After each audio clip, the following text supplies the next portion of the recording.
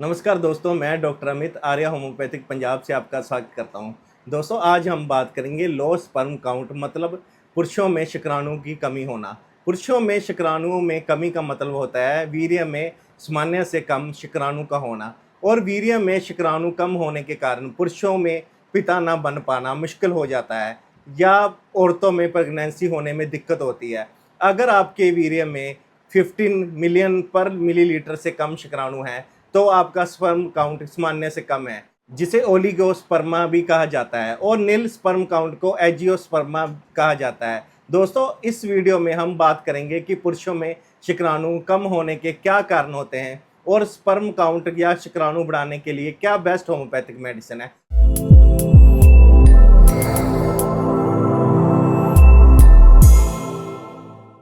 और दोस्तों, अगर आप मेरे चैनल पर नए हैं तो प्लीज़ मेरे चैनल को सब्सक्राइब करिए।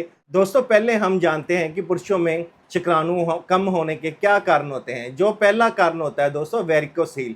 अगर आपके टेस्टिस में नसों में सूजन होती है, और ये भी एक बहुत बड़ा कारण हो सकता है स्पर्म काउंट कम होने का, मतलब शुक्राणु कम होने का। अगला कारण हो सकता है लो स्पर्म काउंट का कोई इन्फेक्शन, जैसे कि यूरिन इन्फेक्शन, गनोरिया। और अगला कारण, यदि किसी पुरुष को एजैकुलेशन में प्रॉब्लम आ रही है तो ये भी एक कारण हो सकता है स्पर्म काउंट का, लो स्पर्म काउंट का। अगला कारण जो हो सकता है, अगर किसी तरह का ट्यूमर आपकी टेस्टिस या प्रजनन प्रणाली में है तो इसका कारण भी हो सकता है कि लो स्पर्म काउंट है। अगला कारण हो सकता है कुछ तरह की मेडिसिन, दवाएं, जैसे कि टेस्टोस्टेरोन रिप्लेसमेंट थेरेपी और कैंसर के लिए उपयोग करने वाली दवाओं, या और कई दवाई का साइड इफेक्ट भी शुक्राणु कम होने का कारण बन सकता है। और कई बार हार्मोनल डिस्टर्बेंस करके भी स्पर्म काउंट कम हो सकते हैं। और कई बार स्पर्म डक्ट में प्रॉब्लम करके भी स्पर्म काउंट में कमी आ सकती है। और कुछ बीमारियां, जैसे कि सिलिक रोग भी कारण हो सकता है स्पर्म काउंट कम होने का।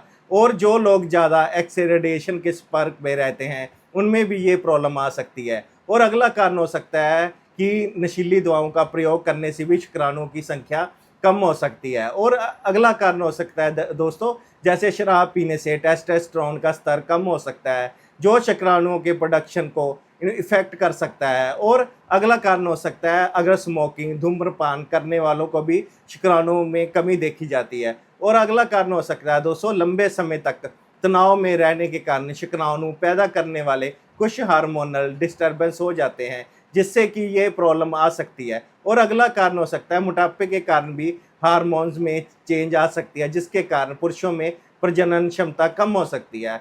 दोस्तों, आज हम बात करेंगे होम्योपैथिक मेडिसिन जो स्पर्म काउंट बढ़ाने के लिए बहुत बढ़िया काम करती है। जो नंबर 1 होम्योपैथिक मेडिसिन है दोस्तों, एसिड फोर्स 30। एसिड फोर्स का प्रयोग तब करना चाहिए दोस्तों, जब ज़्यादा मैस्टरबेशन करके वीर्य हानि के कारण व्यक्तियों में शुक्राणु की संख्या कम हो जाती है। उसको बढ़ाने के लिए इसका उपयोग किया जाता है। ये शुक्राणु की गुणवत्ता को भी सुधार करता है। और इसकी 2-2 बूंदें सुबह शाम 1 महीने तक खाली पेट लेनी चाहिए। और अगली मेडिसिन है agnus Costa Q. Agnus Costa Q रोगियों में यौन शक्ति में कमी, जैसे कि इरेक्टाइल डिसफंक्शन, सिकुड़े हुए और ठंडे जनन अंगों के लिए एक टॉप की मेडिसिन है। पेशेंट को सेक्स के प्रति इंटरेस्ट नहीं होता है और ये शुक्राणुओं की संख्या भी बढ़ाता है। इसकी 20-20 बूंदें सुबह शाम खाली पेट 1 महीने तक लेनी चाहिए। दोस्तों, अगली होम्योपैथिक मेडिसिन है आर्निका 30। ये दवा शुक्राणुओं की संख्या बढ़ाने के लिए इस्तेमाल की जाती है, खासकर जब शुक्राणुओं में कमी का कारण वेरिकोसील जैसे रोग हो। इसकी 2-2 बूंदें सुबह शाम 1 महीने तक लेनी चाहिए। और अगली होम्योपैथिक मेडिसिन है रेडेंड्रम 30। अगर टेस्टिस में दर्द और सूजन हो, जो हल्के स्पर्श से भी और अधिक दर्दनाक हो जाता है, इन सभी लक्षणों में इसकी 2-2 बूंदें सुबह शाम खाली पेट 1 महीने तक लेनी चाहिए। और अगली होम्योपैथिक मेडिसिन है सेलेनियम 30। यदि पेशेंट को बहुत ज़्यादा मैस्टरबेशन का जो हिस्ट्री रही हो, और सेलेनियम नींद, मल त्याग या यहाँ तक कि पेशाब के दौरान अगर बहुत ज़्यादा वीर्य आने के लिए ये टॉप की मेडिसिन है दोस्तों। इसकी 2-2 बूंदें सुबह शाम खाली पेट 1 महीने तक लेनी चाहिए। दोस्तों, अगली होम्योपैथिक मेडिसिन है एक्सरे 30।